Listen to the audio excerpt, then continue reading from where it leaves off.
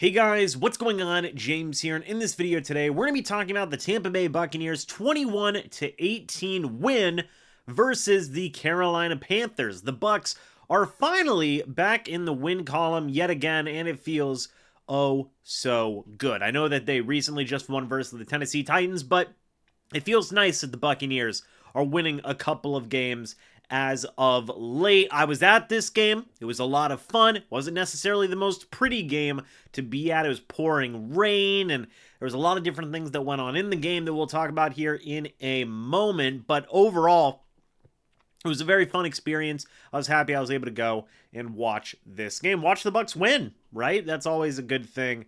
And I was very happy to be there. But let's go ahead and dive right into the game itself. We're going to be going over just the Buccaneers stats. In this one, we don't have to take a look at the Carolina Panthers or anything along those lines. Let's go ahead and start off with Baker Mayfield, who finished the day 14 of 29, 202 passing yards, 1 touchdown, 1 interception, sacked once for 8 yards. Folks, Baker Mayfield had a bit of a rough day today. I'm going to be completely honest. I'm not going to sugarcoat it.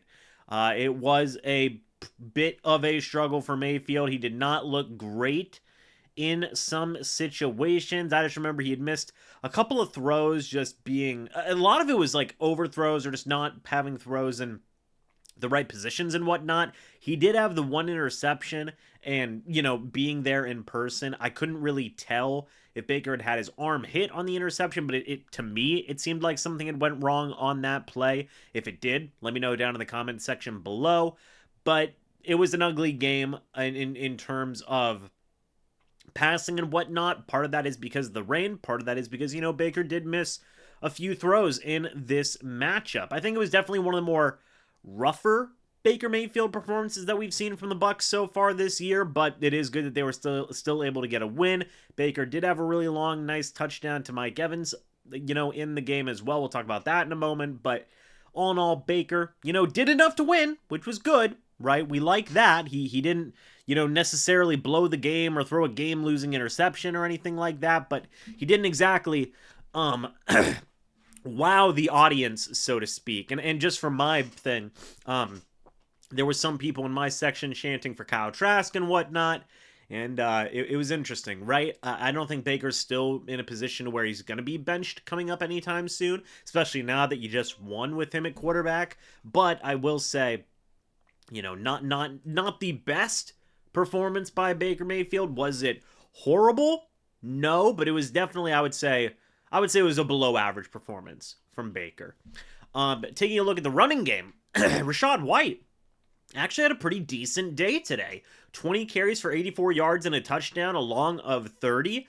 This is how it should look, folks. This is how the running game should look, right? Chris Godwin had a 19-yard rushing touchdown. You love to see that. Trey Palmer got involved in a 13-yard end around. Rashad White was making plays in the running game. Like, this is what the Bucs want to see every week from this running game. Point blank, simple as that. Like 4.6 yards per carry, couple of touchdowns, get, you know, couple of 10-plus yard runs in there per game. That's what you want to see. Will this be the case moving forward? I'm going to say probably not, but it was nice to see that there is, you know, the potential for the Bucs to have a game like this whenever they need to, I guess, or not even whenever they need to, but they can. They have the ability to have a game like this, which is good, right? And I know everybody's going to say it's against the Carolina Panthers, and that is true, but came away very impressed with the run game. Thought they did an excellent job today. Shout out Rashad White. Also, Rashad White was the second leading receiver today. 5 targets, 3 catches, 22 yards, because everything went to Mike Evans today. 12 targets for Evans, 7 catches, 162 yards, and a touchdown. You really didn't see much from a lot of other guys. Trey Palmer had 5 targets. Chris Godwin had 3. You could kind of tell Chris Godwin may have been out there as just a decoy. Didn't really get involved in the game too much. Didn't even really see any of David Moore either, which I was kind of disappointed. Not even kind of. I was disappointed in. I would have liked to have seen more David Moore, personally. But, you know, Mike Evans, he just got over 1,000 yards again this year, the 10th consecutive season. He stands alone in history. I don't have to tell you guys how good Mike Evans is. Just congratulations to Mike Evans. He continues to make history and continues to just dominate. Point blank simple as that. Phenomenal game from Evans today. He's the king of consistency. One cool thing that I don't know if the cameras had picked it up, but they had announced in the stadium that Mike Evans had gotten 1,000 yards on the year. It was pretty cool. Was Chris Godwin like put the crown on Mike Evans' head, and the team was really hyping him up. The offense was in the huddle. It was a really cool moment. Was really happy to see that. And again, congratulations to Mike Evans, the best to do it for the Tampa Bay Buccaneers, and he just continues to be amazing. On the defensive side of things, you had one man step up, or, you had a lot of guys step up, but Antoine Winfield Jr. went crazy in this game. 8 total tackles, 1 sack, 2 tackles for loss, 3 passes defended, a quarterback hit. He also had an interception as well. Like, Antoine Winfield Jr. was crazy today. He went absolutely nuts in a good way and was able to just make plays left, right, and center.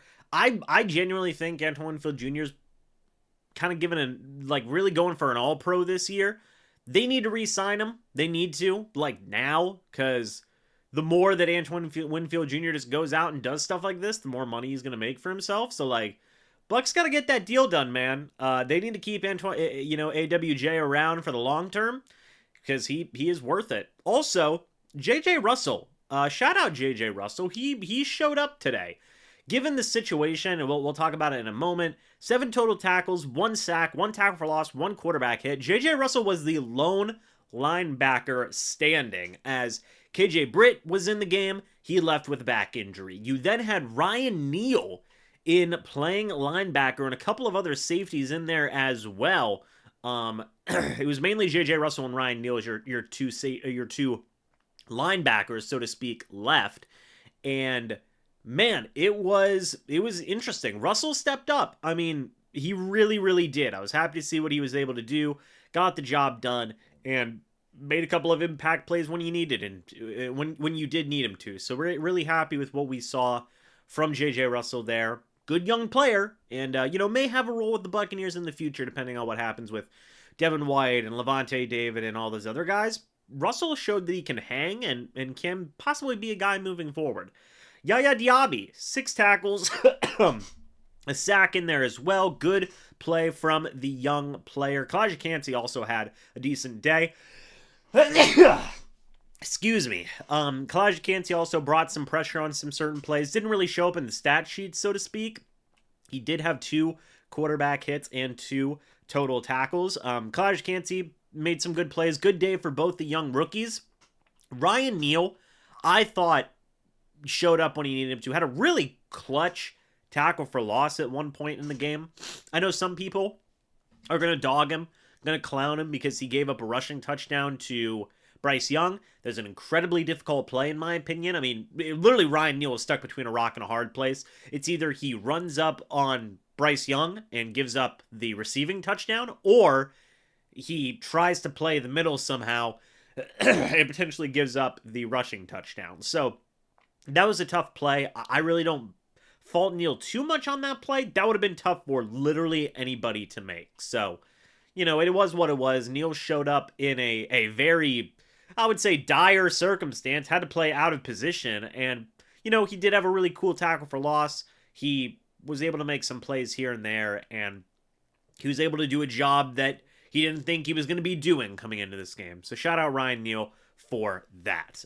Finally, folks, just to kind of talk about special teams, like Devin Tompkins, I thought had a couple of interesting returns in terms of a couple of interesting punt returns. He had one that was a long of 15. I thought that was a nice little return. Chase McLaughlin made all of his kicks, and then also Jake Camarda was busy today. 8 total punts, a long of 61, 1 inside the 20, 1 touchback. This was just one of them ugly rain games, folks, where no offense could get the ball rolling. Bryce Young, not a good day. 178 and an interception, sacked 4 times. How many punts? The Panthers had 8 punts too. It was just a very rainy, ugly type of game, but the Bucs were able to come out on top, and all in all, that's some good news there. So, yeah, man, happy to see the Bucs back in the win column. Feels good. They move up to 5-7. They are second in the NFC South race now, only one game behind the Atlanta Falcons. So we'll see how they continue on. Their next game is also going to be a very crucial one because it's going to be against the Atlanta Falcons. That's a game that they need to win. But let me know your guys' thoughts and opinions about this game down in the comment section below about the Buccaneers winning.